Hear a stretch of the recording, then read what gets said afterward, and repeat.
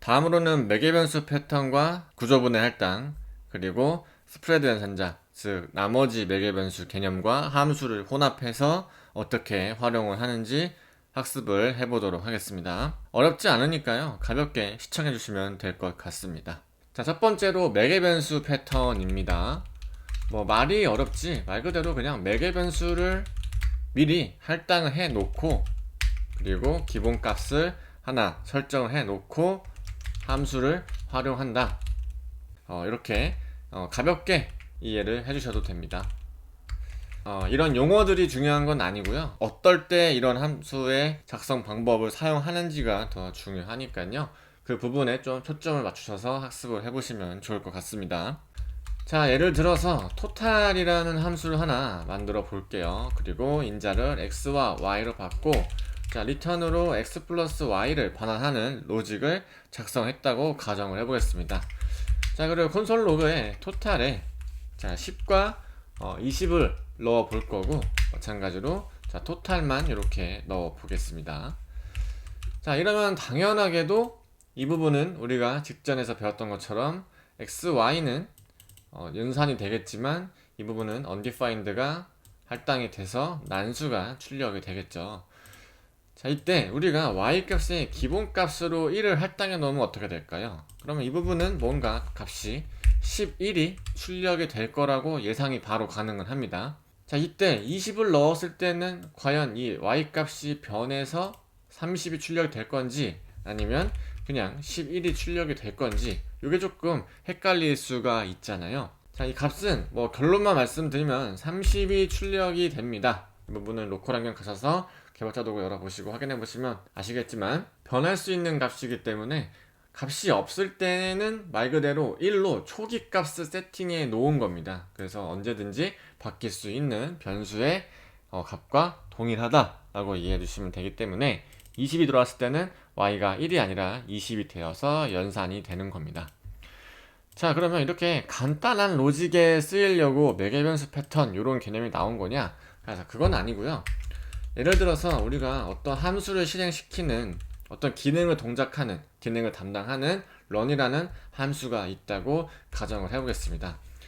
자, 이 함수를 실행시키기 위해서는 외부에서 받은 파라미터, 즉 어떤 요소들이 있어서 그 요소들이 서버로 전달되었을 때 그 값이 올바른지 틀린지를 체크해서 기능을 동작시키잖아요. 예를 들어서 우리가 회원가입 혹은 로그인을 할 때 아이디와 비밀번호를 입력을 받고 서버에 있는 내 본래 데이터와 비교를 해서 일치하면 로그인을 시키는 거잖아요.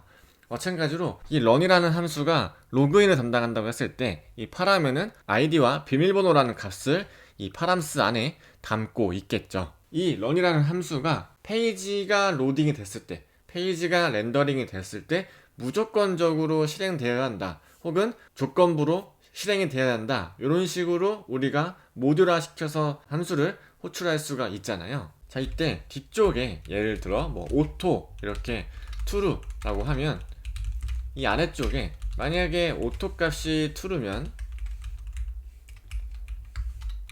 기능을 실행을 하는 거고요. 자, 그렇지 않으면 그냥 바로 리턴을 시켜버리면 되는 거죠. 자, 이런 식으로 우리가 이 run이라는 함수를 모듈로 만들어 놨을 때 전역적으로 이 run이라는 함수를 호출만 하면 실행시킬 수 있다고 가정을 해보겠습니다. 하지만 어떤 페이지에서는 이 run이라는 함수가 동작은 하되 조건에 따라서 동작시키고 싶을 때가 있을 수가 있어요. 왜냐면 데이터가 바뀌지 않았는데도 계속 호출을 하면 프론트엔드나 백엔드 둘 다 약간의 부하가 걸릴 수 있기 때문이죠.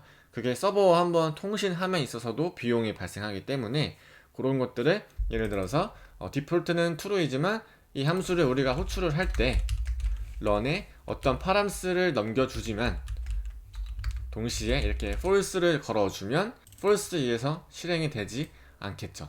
아까 말씀드린 것처럼 어떤 페이지가 렌더링이나 로딩이 됐을 때 무조건 최초는 한 번은 요 값을 실행시킨다는 가정, 이런 것들이 있을 수가 있습니다. 그럴 때 함수를 분리하거나 해도 되지만, 이런 식으로 뒤에 기본값을 할당을 해놓은 다음에 이 부분만 토글 형식으로 바꿔주면서 활용을 할 수도 있습니다. 뭐 이런 방법도 있다는 걸 알려드리는 거고요. 함수를 굳이 또 다르게 분리하지 않고도 이렇게 매개변수 하나를 통해서 통제할 수 있기 때문에 이런 방법도 있다는 걸 말씀을 드리는 겁니다. 자, 다음으로는 구조분해 할당입니다. 자, 이 부분도 말이 어렵지 말 그대로 구조를 분해해서 할당시킨다는 개념입니다. 자, 예를 들어서 자, 유저라는 객체 데이터에 name과 born이라는 두 개의 키밸류 형식의 값이 할당되어 있다고 해보겠습니다. 자, 이때 새로운 함수로 우리가 getName이라는 함수를 하나 만들어서 이 name이라는 값을 호출을 해볼게요. 자, 그러면 이 getName 안에 유저라는 인자를 받고 자, return으로 유저의 name을 이렇게 점표 기법을 통해서 추출을 할 수가 있잖아요.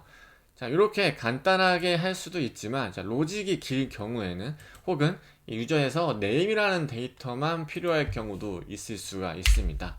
자, 그럴 때는 이렇게 중괄호를 열고 닫아서 유저라는 전달받은 객체에서 자, name과 born 이렇게 구조분을 해서 활용을 할 수가 있는 겁니다.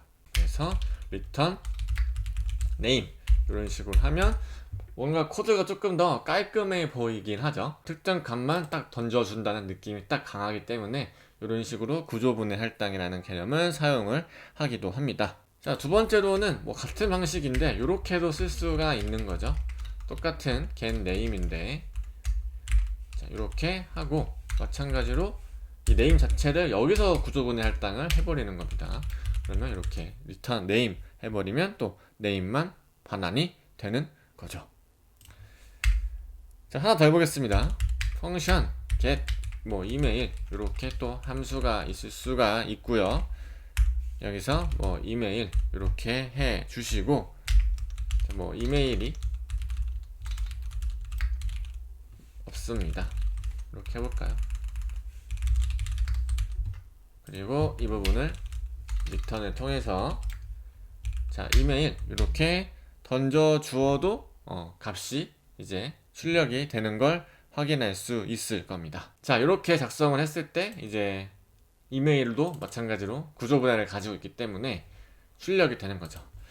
자, 근데 여기서 중요한 건 이제 이게 중요한 거죠. 우리가 이 콘솔 로그를 통해서 이제 getName을 통해서 만약에 여기서 유저를 넣었을 때 똑같이 그래서 getEmail을 넣었을 때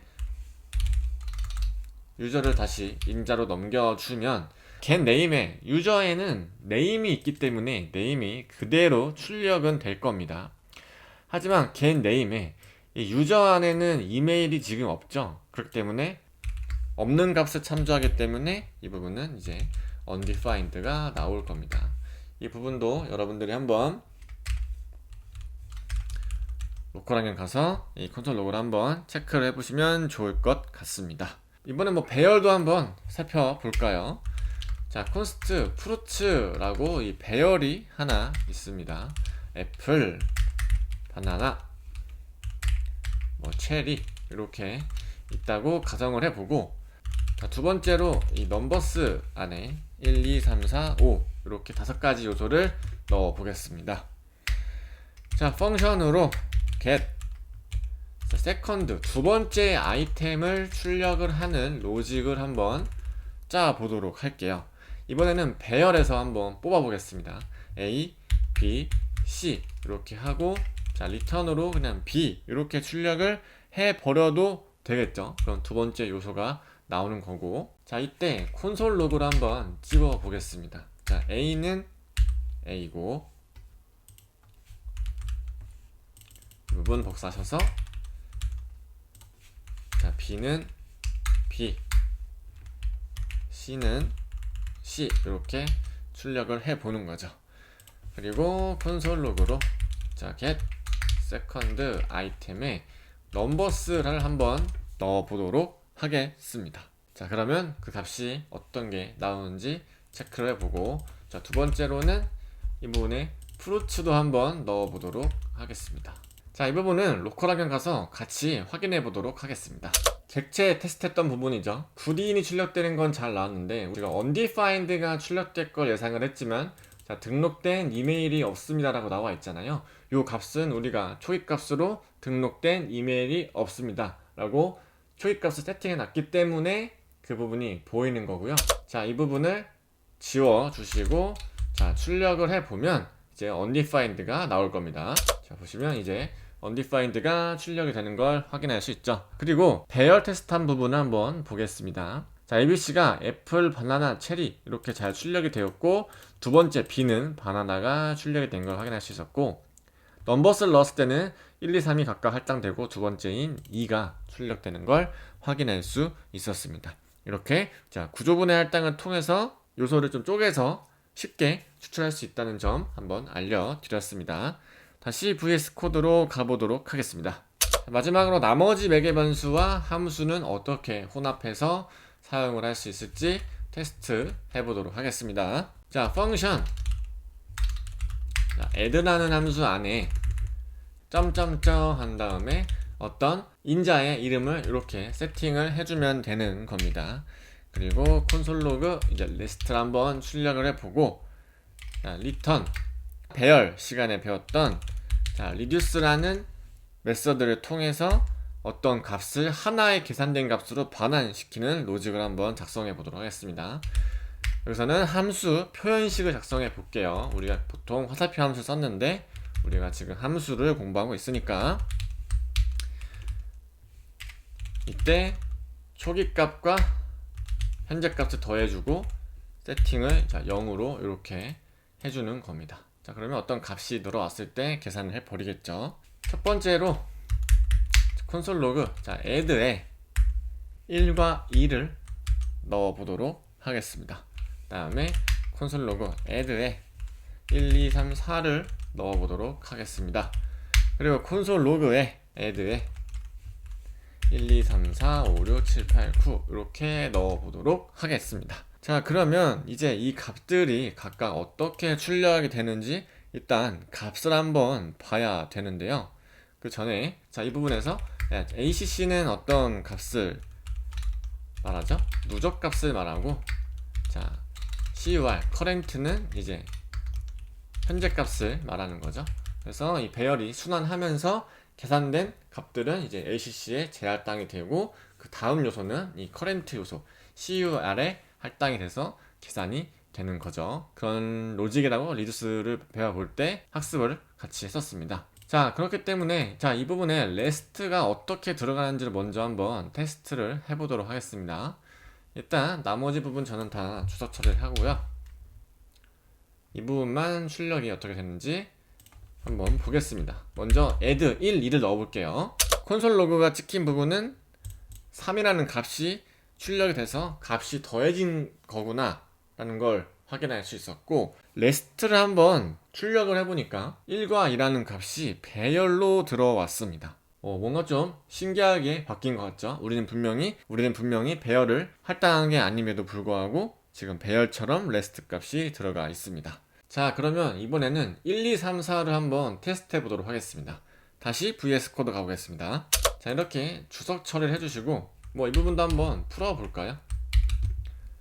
자, 각각 1, 2, 3, 4가 배열로 들어가고 합은 10, 그리고 1부터 9까지 들어간 요소는 1부터 9의 값이 할당된 배열이 생성이 되고 도합은 45가 나왔습니다. 자, 그러면 이 부분이 왜 배열로 출력이 될까? 이 부분이 좀 궁금하실 수 있잖아요.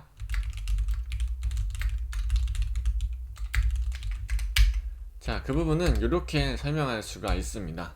점점점 키워드, 즉 스프레드 연산자를 통한 나머지 매개 변수는 함수의 가변 인자를 처리하기 위한 문법입니다. 즉 전달된 인자들을 배열 형태로 자동으로 수집해주기 때문에 점점점 스프레드 연산자를 통해 이렇게 인자를 받아버리면 알아서 이 함수 내부에서 이 부분을 배열로 처리를 해버립니다. 이 부분은 제가 설정해 놓은 게 아니고요. 이 자바스크립트 함수 내부에서 이런 식으로 세팅이 되어 있기 때문에 배열로 바뀐다 라고 이해를 해주시면 좋을 것 같습니다. 자, 이번 시간에는 매개 변수 패턴과 기본값, 그리고 구조분해 할당, 나머지 연산자, 즉 스프레드 연산자를 통해서 함수와 어떻게 결합해서 함수를 더 적극적으로 활용할 수 있는지에 대해서 학습을 해보았는데요. 오늘 같이 학습한 내용은 실무에서 좀 많이 사용되다 보니까 좀 꼼꼼하게 한번 살펴보시면 좋을 것 같아요. 함수의 기초를 좀 탄탄하게 해놓고 이제 다음 시간에 진행될 뭐 콜백이나 죄기함수 혹은 뭐 디스 이런 것들을 좀 점진적으로 좀 디벨롭 해갈 수 있는 초석이 되는 과정이니까 한 번 더 복습을 통해서 여러분들의 지식으로 만드셨으면 좋겠습니다. 자, 그러면 다음 강의에서 찾아뵙도록 하겠습니다.